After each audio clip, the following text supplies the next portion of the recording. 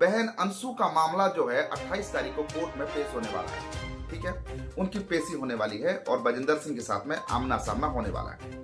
तो लोग जो है इनडायरेक्टली बहन अंशु को ये मैसेज भेजने का प्रयास कर रहे हैं कि ग्राहम स्टेन तो माफ कर दिया, ग्राहम स्टेन की जो पत्नी है उन्होंने तो उन विरोधियों को माफ कर दिया जिन्होंने ग्राहम स्टेन को और उनके बच्चों को जिंदा जला दिया था। तो आज अगर आपके साथ में कोई अगर दुष्कर्म करता है तो उसको तुम क्यों माफ नहीं कर सकते हो? इनडायरेक्टली यहाँ पर जो मैसेज बहन अंशु की तरफ ही इशारा कर रहा है। नमस्कार, जय मसीह की, प्रभु यीशु मसीह में आप सबको हमारे channel the light of world में स्वागत करते हैं।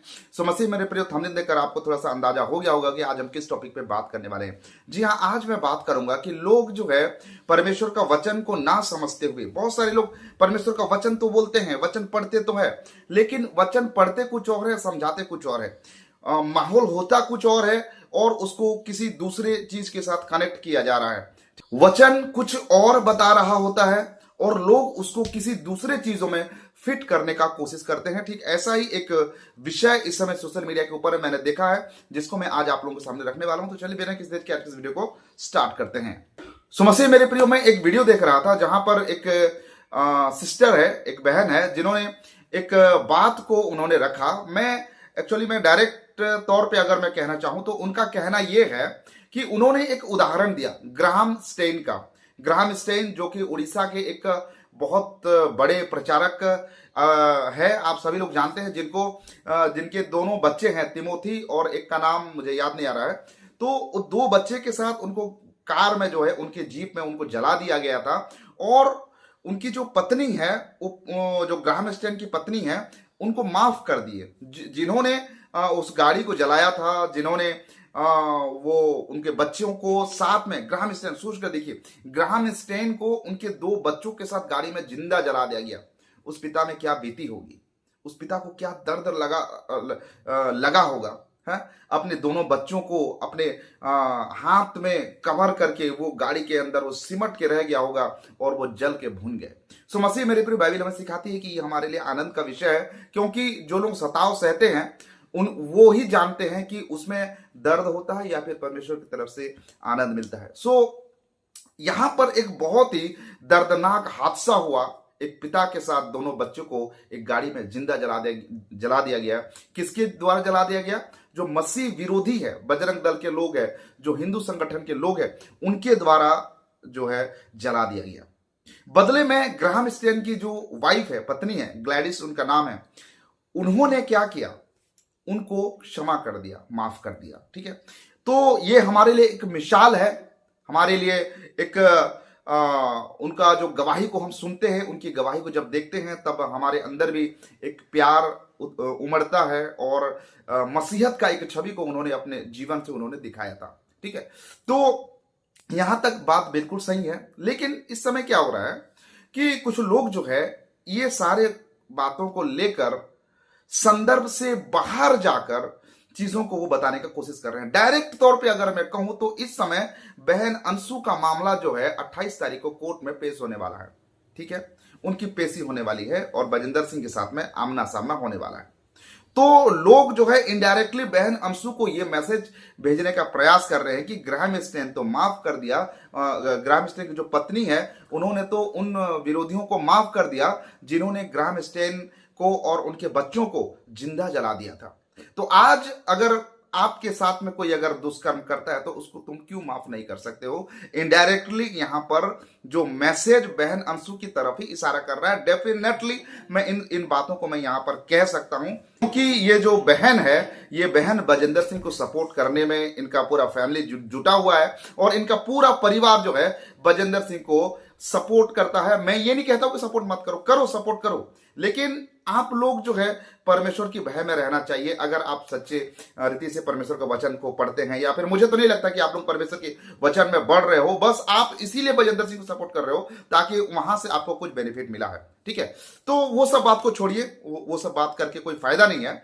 मेन टॉपिक ये है, जिस तरीके से ग्लैडिस ने, जो ग्राहम स्टेन की वाइफ ने, ग्राहम स्टेन को और उनके बच्चों को जो जिंदा जला दिया गया, उनको माफ कर दिए। हाँ, जिन्होंने जिंदा जलाया था उन लोगों को ग्लैडिस ने माफ कर दिया।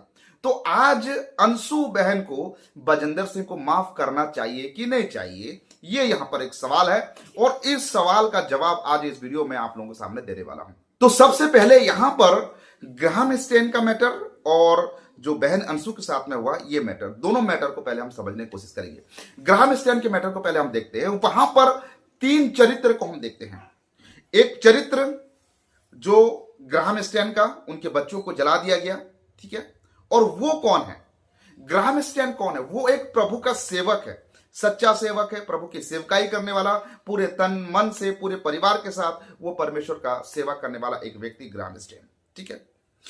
उसकी पत्नी वो भी एक प्रभु भय में, प्रभु के सेवा में आगे बढ़ने वाली एक महिला, उनकी पत्नी, ठीक है। और तीसरा एक कैरेक्टर है और वो है जो बजरंग दल के लोग, हिंदू संगठन के लोग, जिन्होंने आकर वहां पर गाड़ी को उन्होंने जला दिया, जिंदा जला दिया, ठीक है। अब ये 3 कैरेक्टर को आप ध्यान में रखिए। पहला तो बजरंग दल के लोग हैं जिन्होंने जलाया था, दूसरा है ग्राहम स्टेन जिनको जला दिया गया, तीसरा है जो ग्लैडिस ग्राहम स्टेन की पत्नी जिन्होंने क्षमा कर दिया, ठीक है। तो अब बजिंदर सिंह के मामले में इसको थोड़ा सा हम कंपेयर करके देखते हैं, ठीक है। तो जो जिंदा जला दिया गया वो क्या है? वो ये है कि बहन अंशु के साथ में दुष्कर्म हुआ, ठीक है। दुष्कर्म हुआ, उनके साथ में अत्याचार हुआ, उनको खून की आंसू रुलाया गया, उनके साथ में बहुत गलत तरीके से उनके जीवन में जो हरकत हुआ था, ऐसा सिचुएशन आ गया था कि बहन अंशु को आत्महत्या तक करने का ख्याल उनके जीवन में आया था। वो एक जिंदा लाश बनकर रह गई थी, ठीक है। और ये बात जो है जो ग्राहम स्टेन को जलाया गया उसके साथ में हम कंपेयर करते हैं, ठीक है। दूसरा बात, किसने उनके साथ में ये अत्याचार किया? बजरंग दल वालों ने किया। और यहां पर बजिंदर सिंह के मामले में किसने किया? बजिंदर सिंह किया। और बजिंदर सिंह कौन है? वो खुद को एक प्रभु का दास कहने वाला एक व्यक्ति है, खुद को एक बहुत बड़ा प्रोफेट कहने वाला व्यक्ति है, खुद को एक मसीह के लेवल से भी सबसे ऊंचा लेवल में समझने वाला एक व्यक्ति है। लेकिन ग्राहम स्टेन को जलाने वाले लोग कौन थे? वो अन्य जाति लोग थे जिनको मसीहत के बारे में नहीं मालूम, जो मसीह यीशु को नहीं जानते। अगर मसीह यीशु को जानते तो वो ऐसे हरकत कदाई नहीं करते, कभी नहीं करते, ठीक है। तो यहां पर जो दुष्कर्म करने वाला जो शख्स है वो खुद को बहुत ज्ञानी समझ रहा है, खुद को बहुत पवित्र समझ रहा है, खुद को कहता है कि मैं बहुत बड़ा प्रोफेट हूं। हाँ, तो एक ऐसे व्यक्ति को अगर आप बजरंग दल के लोगों के साथ कंपेयर कर रहे हैं तो उस व्यक्ति को यह भी मानना चाहिए बजिंदर सिंह को कि मैंने गुनाह किया है, मैंने अपराध किया है। कितना माना है? क्या आप बजिंदर सिंह को उन लोगों के साथ में कंपेयर कर रहे हैं जिन्होंने गाड़ी को जलाया था, बाप बेटे को जिंदा जला दिया, उनकी श्रेणी में ला रहे हैं? अगर ला रहे हैं, अगर आप बजिंदर सिंह को उनके श्रेणी में ला रहे हैं तो सोच कर देखिए, मसीह में होने के बावजूद, मसीह में तो नहीं, उससे भी बहुत बड़ा शिक्षक, लोगों को सिखाने वाला, लोगों के सामने मसीहा बनने वाला एक प्रोफेट, वो ऐसे काम कर रहा है, वो कहां तक क्षमा के योग्य है? कहां तक क्षमा के योग्य है? मसीह मेरे प्रियो, एक उदाहरण मैं आप लोगों को देना चाहता हूं। जिस समय हमारे देश में यह संविधान लागू नहीं हुआ था कि पेड़ को काटे जाने पर जुर्माना लगेगा या फिर जेल हो जाएगा, कोई अपराध जिस समय नहीं था, उस समय लोग पेड़ भी काटते थे, जलाते थे पेड़, उनके ऊपर ना कोई एक्शन लिया जाता था, ना ही उनको कोई अपराधी माना जाता था। क्यों? क्योंकि उनके ऊपर संविधान लागू नहीं था उस समय, वो ये कानून लागू नहीं हुआ था उस समय, वो आजादी से पेड़ काट रहे थे। लेकिन जब संविधान लागू हो गया, व्यक्ति को पता चल गया कि पेड़ काटना गुनाह है और वो जानते हुए भी अगर पेड़ काट रहा है, उसको क्या माफी दी जाएगी? नहीं दी जाएगी। जो अनजाने में कर रहा है गलती, उसके लिए क्षमा है, बाइबल भी बताती है। लेकिन जो जानबूझकर ढिठाई का अगर वो गुनाह करता है तो उसके लिए कोई भी बलिदान नहीं है, ऐसा बाइबल बताती है, ठीक है। अब बात करते हैं बहन अंशु की।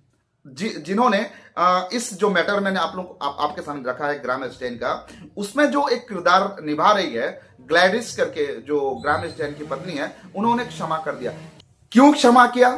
क्योंकि ग्लैडिस को मालूम है कि वो नहीं जानती कि वो क्या कर रहे हैं। काल्वरी क्रूस पे भी प्रभु यीशु मसीह ने ये कहा कि हे परमेश्वर, तू इन्हें क्षमा कर दे, क्योंकि ये क्या कर रहे हैं ये नहीं जानते हैं, ये नहीं जानते हैं। तो जो नहीं जानते हुए अपराध कर रहा है उनके लिए मसीहत में क्षमा है, लेकिन जो जानबूझ के अपराध कर रहा है, बहन अंशु एक मसीह है, और बहन अंशु एक ऐसे व्यक्ति जो खुद को कहता मैं महान हूं, मैं बहुत बड़ा प्रोफेट हूं, उसको कहां तक क्षमा दिया जा सकता है? अगर बहन अंशु क्षमा कर भी देती है तो क्या पुलिस प्रशासन मुझे क्षमा करेगी? क्या प्रभु के सामने वो क्षमा किया जाएगा? कभी नहीं। अगर वो सब लोगों के सामने आकर माफी नहीं मांगता है, सच्चे दिल से अगर वो पश्चाताप नहीं करता है, तो वो कभी क्षमा के योग्य नहीं हो सकता, कभी नहीं हो सकता। जानबूझकर ढिठाई से पाप करने वालों के लिए और कोई भी बलिदान नहीं है, ऐसा बाइबल हमें सिखाती है। ठीक है, तो देखिए, इमोशनली चीजों को सामने रखकर अपने अंदर का जो नफरत को दिखाने का कोशिश ना करे तो बेटर है। ठीक है, जो लोग वचन नहीं पढ़ते हैं, जो लोग वचन के साथ कोई लेना देना नहीं है, वो लोग चीजों को इस तरीके से प्रस्तुत करते हुए अपने आप को इमोशनली लोगों के सामने दिखाने का जो प्रयास कर रहे हैं वो सरासर गलत है।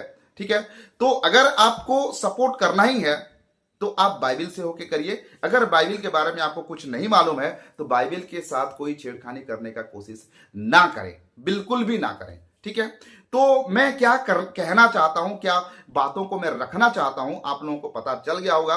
और इस समय 28 तारीख से पहले भरसक प्रयास होगा कि चीजों को, मामला को उलट पुलट किया जाए। ठीक है, आप सभी लोगों से ये रिक्वेस्ट करूंगा कि मेरे व्यक्तिगत जीवन के लिए प्रार्थना करें, क्योंकि जब मैं चीजों को सच्चाई से रख रहा हूं, ऐसे बहुत सारी समस्याएं, बहुत सारी प्रॉब्लम्स मेरे साथ हो रहा है, और आने वाले दिनों में और भी बहुत ज्यादा ये समस्याएं बढ़ सकती है। लेकिन मैं प्रभु को धन्यवाद देता हूं कि मैं प्रभु यीशु मसीह में होके चीजों को आप लोगों के सामने रखने का प्रयास कर रहा हूं। तो जो भी बातें मैंने रखा, आप भी एक बार उन सभी बातों को एक बार मन से, सच्चाई से आप उसको एक बार चेक करके देखिए क्या सही है और क्या गलत। तो आज के लिए बस इतना ही, मिलते हैं अगले नए वीडियो के साथ। तब तक के प्रभु आप सबका आशीर्वाद करें। आप सबको नमस्कार, जय मसीह की, praise the Lord, God bless you.